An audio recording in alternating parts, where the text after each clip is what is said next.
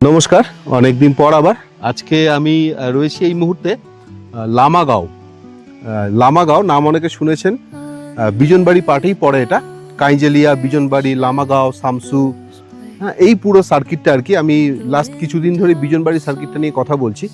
তো এই সার্কিটটা ভীষণ একটা জনপ্রিয় জায়গা হতে চলেছে আগামী দিনে দার্জিলিং পর্যটনের ক্ষেত্রে। তো আমি লামাগাঁওয়ের একটি হোমস্টের সামনে এই মুহূর্তে দাঁড়িয়ে আছি।